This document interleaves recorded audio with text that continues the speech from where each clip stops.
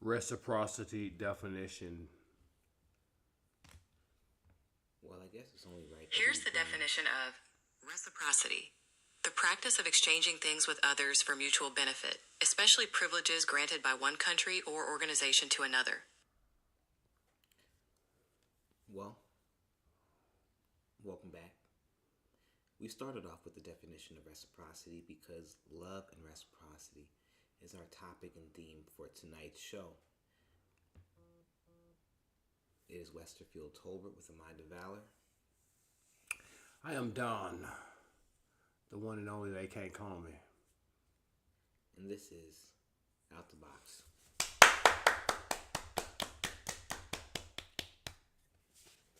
So, glad you all could join us. We're in the studio. We're in our West Louisville studio once again. It is a Wednesday, I believe, 4:30, the last day of April 2025. Wow. April flew by. Gotta have money just to drip like this. That's how fast it flew by, grew by. Did you feel the energy? It was an immense month, to say the least. And can't say I'm glad to see the end of it because I enjoyed April a whole bunch.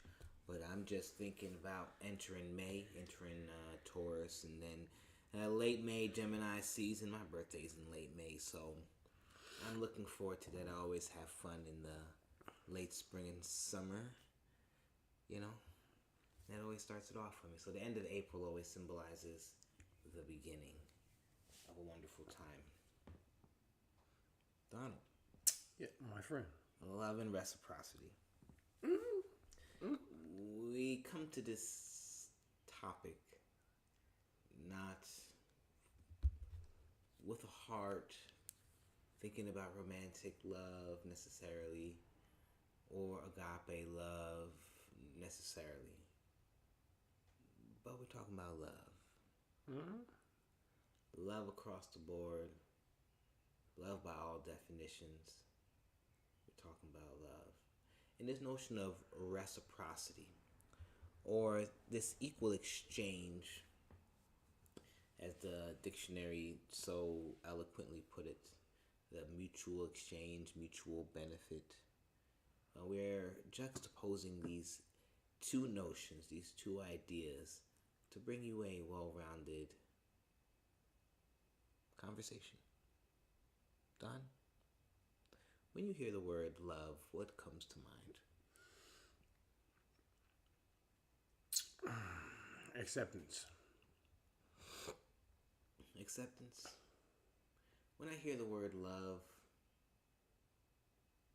the word patience comes to mind. Okay.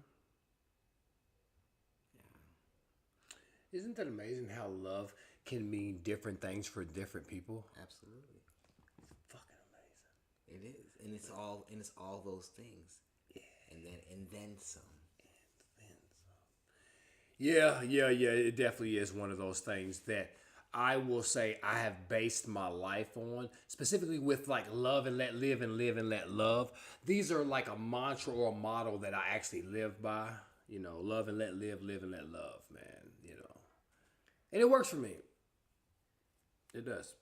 Do you remember the first time you recognized love as love?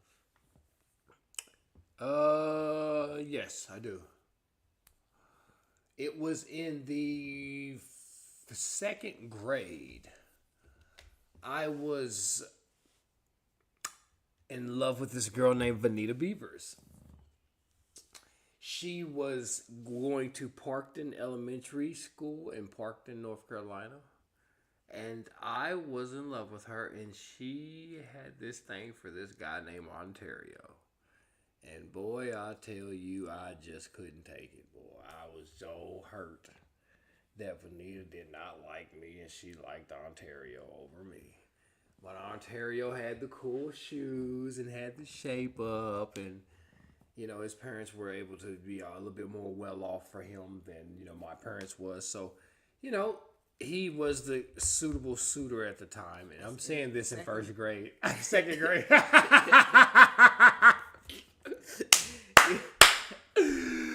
So I mean, you know, For context, this is what 38 plus years ago.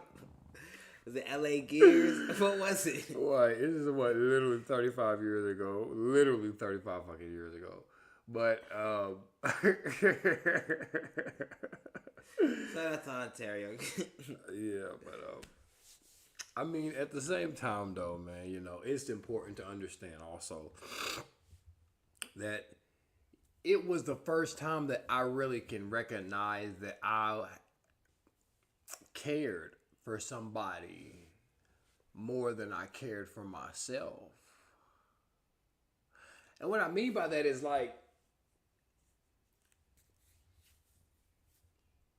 if she still wanted to be with me after talking to Ontario and doing what she did to me, I still would have wanted to be with her just because I liked her that much. I accepted her that much. Can I tell you something? What's up?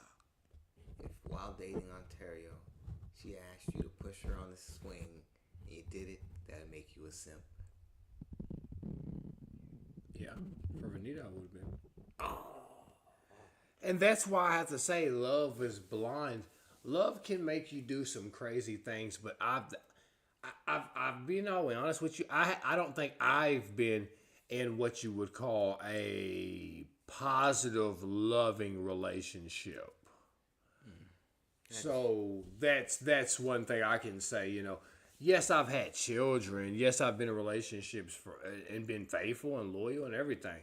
But I also have to say that, you know, were they positive relationships? And I'd have to say no, they were. Because of my lack of male guidance and my lack of community around me. Take us down a rabbit hole and swing that back around and hook it to reciprocity. Well,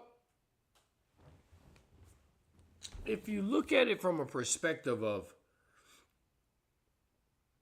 do unto others as you want done to yourself, the golden rule, right? Yes, indeed. I think that's how reciprocity kind of rears its head and actually makes a pronouncement of sorts. You know, because I mean, if you look at it, you can say, "I'll treat you how you treat me," but in a sense of love and being able to allow somebody to not treat you as a doormat. Yeah, that's not reciprocity. You know? It's not a mutual exchange. Well, what if you treat that person like a doormat because they treat you like a doormat? And I think that's what happens a lot of time in relationships is we have a tendency to accept people for accept lesser things that we know we don't stand for and tolerate, but we accept it just to be in the vicinity of that person, right? So you're making concessions on your standards just to be in the company of someone else. Well, generally speaking. That's how you reciprocate the toxic energy in the relationship. You're reciprocating because the person is doing something that you don't want them to do. Or you're doing something that the person doesn't like. So instead of being able to communicate effectively, a lot of times what I've seen in relationships and what I've even done in relationships is I have started to embrace what it's called, you know, toxic or, you know, toxic, you know, like trauma-based relationships a lot of time, specifically trauma bonding, you know, like, okay, like you hurt me, but I stayed with you. So when I do something wrong, you're supposed to stay with me, right? Where's the accountability at? Where's the, no, you done me wrong and I'm not going to accept that. And if you continue to keep that up and if that ever happens again, or if you don't work on that, then I won't accept that. And standing on your truth, standing on the purpose. A lot of that is predicated on like low microaggressions and micro struggles that never really get addressed or healed or talked about or brought into the open. People just are they're silent in their relationships. But how do you reciprocate love? How do you reciprocate That's love? Because love. if you're reciprocating violence, if you're reciprocating those microaggressions, right, from past traumas and triggers, right, you can reciprocate that and continue that cycle going if you allow your spouse, because you might not be the one doing it in the relationship. It might be your spouse. But if you allow that out of just wanting to be in the vicinity of your spouse is what I'm saying. That's what I mean. Those are the things that it's not love. You can't be in a loving relationship if you allow those things, because it's not love is also accountability. So if you can't hold your partner accountable, then you don't love them enough, or you're not in a loving relationship, or you're not in a safety. Love is safety. You're not in a safe space for you to hold your partner accountable. Hightail, get out of there. Well, love is blind sometimes. And a lot of times, you know what I'm saying, we fall susceptible to being able to allow our partners and ourselves. Sometimes we can be doing things where we feel like we're doing it out of love, and we could really be destroying our relationship. Like, okay, you know what? I am the man, and what I say goes, so I'm not going to pay my wife any attention, because guess what? I said that I want this done this way, and if it ain't done this way, then oh well, she's just going to have to accept it, right? Right. I hear.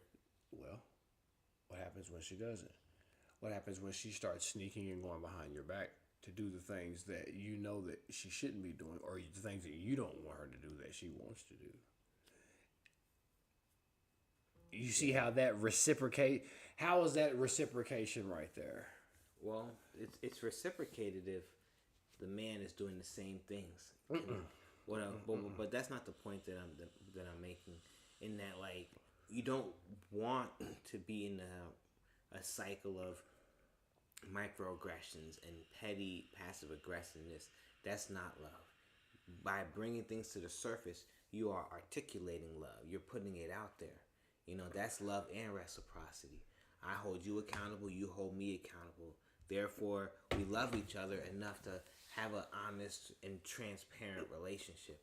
If you can't do that, then it's not love, it's something else. It's codependency, it's different levels of trauma bonding. And sometimes we mask things as love, but love is a word people just throw around very freely. You know, but it shows up in your deeds, it shows up in your actions, your habits, the way you communicate with a person. Yeah, for me, love is unconditional acceptance. Unconditional acceptance. Yep. That's what love is to me. Unconditional acceptance.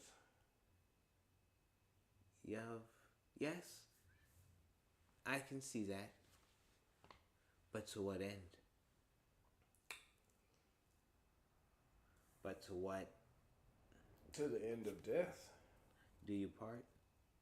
Then let me ask you, how come in the relationships that you've been in, how come you have decided not to get married and still loved the partners and not take it to death? Because I was raised to not get married until I was financially stable to take care of the woman that I was in relations with. And what that means to me is me being able to take care of my children's children before I even had sex with the woman. And I didn't accomplish that before I started having sex with women. I should have listened, first of all. I should be more financially stable and in a position to take care of the responsibility of rearing children and taking care of a household. So that causes problem and causes a rift in my masculinity and my manhood, because for me, financially, I right now am not in the position that I want to be financially to take care of my family and my children. That's why I didn't get married. That's why I haven't married yet. Also, I picked and chose the wrong women to have children by and to have relations with, if I'm just being honest. I would have to, I can't tell your truth. You have your truth, right? And we've referenced in the previous conversations the divine nature of man and woman, and how when children come into this world, it is by virtue of God's divine timing. So it's almost whether you wanted to or not, the children had to have been born in time for life to move as, as it is intended. So there's that. And, relationships are complicated. I don't know how to justify that level of complete and total acceptance other than saying the love of God, a blanket. You are living in the love of God. When you love a woman, you love a woman like God loves the church, like God loves you. And on that level, I could respect it. And it just brings it back to, like, if you love on that level, you ought to be married, because that's the level that you have to be willing to sacrifice for marriage, right? But is marriage like so what type of marriage are we talking about here? Because is Chinese marriage the same as African marriage, and is African marriage the same as American marriage? Like, what type of marriage are you talking about? Because some marriage you can have multiple wives. There's one marriage. Some marriage you can't get divorced. There's one marriage, and that's a covenant before God, your family, as there may be varying traditions or varying styles of masculine and feminine behaviors and habits in the different households, but there's only one marriage, right? There's only one decision to wed yourself to another person and create a covenant that you intend to keep. I'm not talking about divorce and all that other stuff. I'm not going to go down that rabbit hole. Don't got time for it. It ain't my cup of tea. It ain't what I'm here to talk about. I talk about it, though, because, see, my thing in my situation is this. When you are dealing with relationships and people who feel that they can leave the relationship based off of their emotional depressions, their unemotional awareness, and flat out having the choice to be able to leave, it's BS, and it needs to be dealt with adequately. I don't think that after you get married, you should ever be able to get divorced, first of all. I do think that you should have to have a sense of ownership over your relationship. And if you don't, then there's a problem. Most definitely. We must all take ownership over our relationships. That sense of ownership. I'm not talking about toxic possessiveness. I am. I mean, let's be all honest here. Women don't really want to share when it comes to the end of the relationship. Specifically, just because the relationship ends doesn't mean that all of the terms are dictated by the woman, in a sense. A lot of times, men, we don't even have a say-so over going in the relationship and how it's going to go, and going out of the relationship how it's going to go. And that's a problem. Let's be all honest with you. Like, women usually let us know that they like us. Because there's plenty of cock out there, but a woman will give you that eye like, hey, lover boy, I think you're kind of cute. And then us as men, okay, well, she thinks I'm cute, right?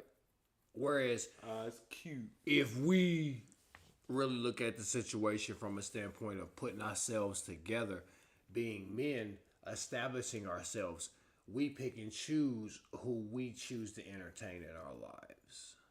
And that, my man, is what men do.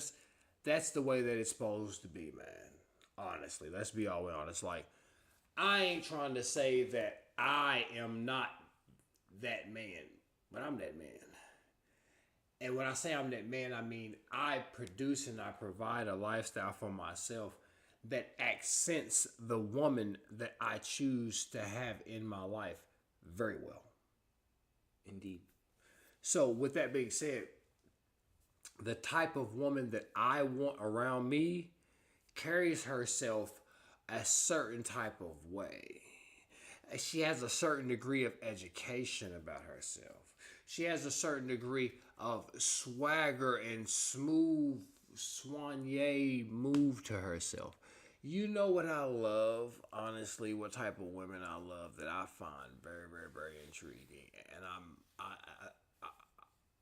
yeah, I like them. They've left you speechless. Yes, they have. And that is Women that are like hedge fund business managers, like college smart girls. They intrigue me the most. And I'm thinking about it from a perspective of like, is it their knowledge? Is it the drive? well, the I want enthusiasm to I about want to life? get married. I actually want to get married to a 45, maybe 50-year-old. If she was 45, like I said, I'm 41. If she was 45, you know, Just getting before ready to middle retire, age. for a 45-year-old doctor or registered nurse at a neonatal clinic,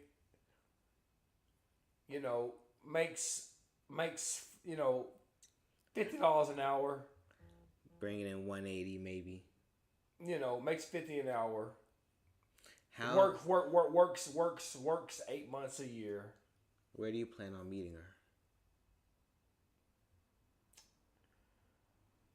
Honestly, Is it not true that in order to meet this particular character, you must be in the position to meet her where she's at? Because the woman you're describing may just be pretty busy. Her feet are going to be moving. She's walking somewhere. So, in order to capture her attention, you must also be walking somewhere and then going in the same direction. And then your energies have the more greater possibility of aligning, right? Coming in sync, having that serendipity, and then go down a journey that might add some reciprocity to your relationship and maybe some love. Because that's busy. And if you're busy, y'all gotta really be in tune to match energies and match time. Two people who are busy, they really gotta put that extra effort in to match time. Because things come up. So they have to prioritize a relationship. And that's where the reciprocity comes in. They both are prioritizing the relationship to a degree that they're both satisfied in the relationship, and individually they're still getting their needs met. And you got to go into the relationship already getting your needs met. But oftentimes a person that busy doesn't even recognize their needs aren't getting met until someone comes into their sphere of influence and helps them reveal themselves. You understand? Sometimes we don't. Sometimes there are parts of us that don't be revealed itself until we're in the proximity of certain energy, certain spirits. I would agree with that. But at the end of the day, I think that it all comes back to you gotta show love.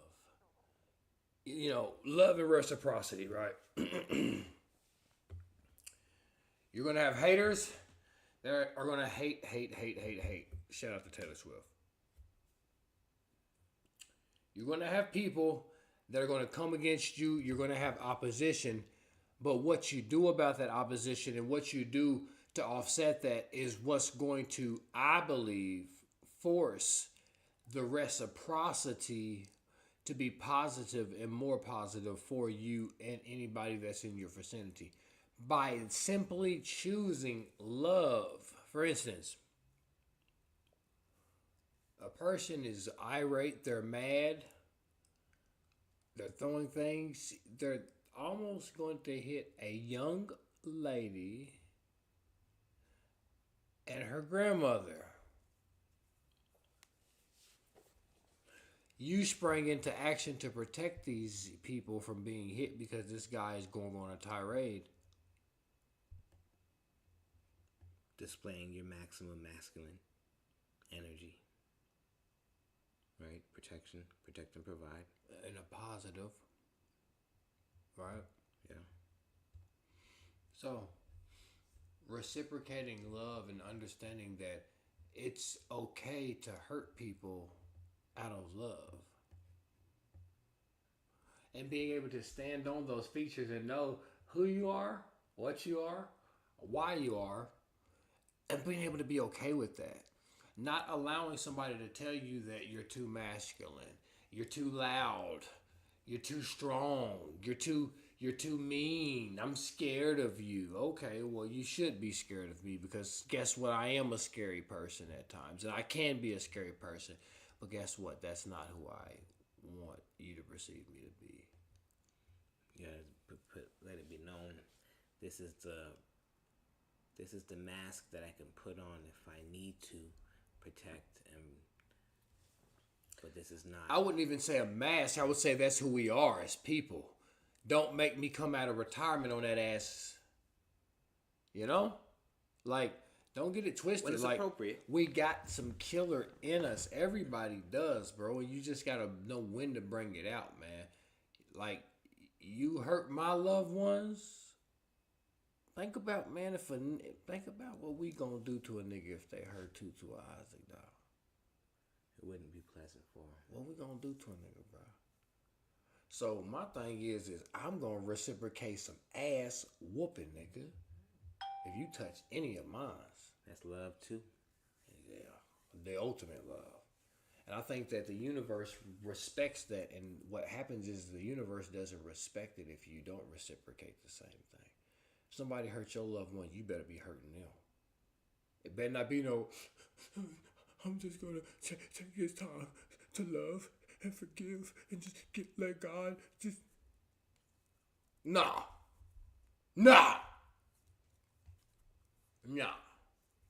Gotta own a machete in life. Nah. Everyone should own one good machete. Are you talking about a machete? Oh, machete. I had a good machete.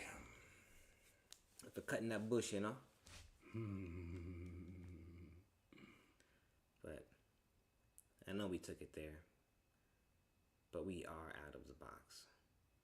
And we had to go a bunch of different places. But it was all about love and reciprocity. And really trying to bring that in. And just kind of like say what we feel and think. So you have an opportunity to also think about what you think about those two subjects and how they overlap. And, well, the idea is that once we've concluded, you have something to think about. And hopefully we've delivered on something that's worthy of thinking. And if we've said something in a way that helps you to unearth a better question, because all we are here to do is ask better questions. Well, like I said, cost a lot of money just to drip like this. Hey, cost a lot of money just to drip like this. Who am I? Don Julio on the track real quick. Jumping on, you know I spit that shit and you know how I live. So good, so grip, 50 deuce, I represent in my nigga West. We gon' rip this flow and it's gon' go acapella sweet beat. And ain't no sugar in my tank, you know I stomp, bleed. That law new corner, Louisville Cardinal blood, you know I got it. I get it, I love it, this out of the box stuff in me. Best believe I've got to go spend it. This cash flow dollar is coming. Anyway, this is Out of the Box.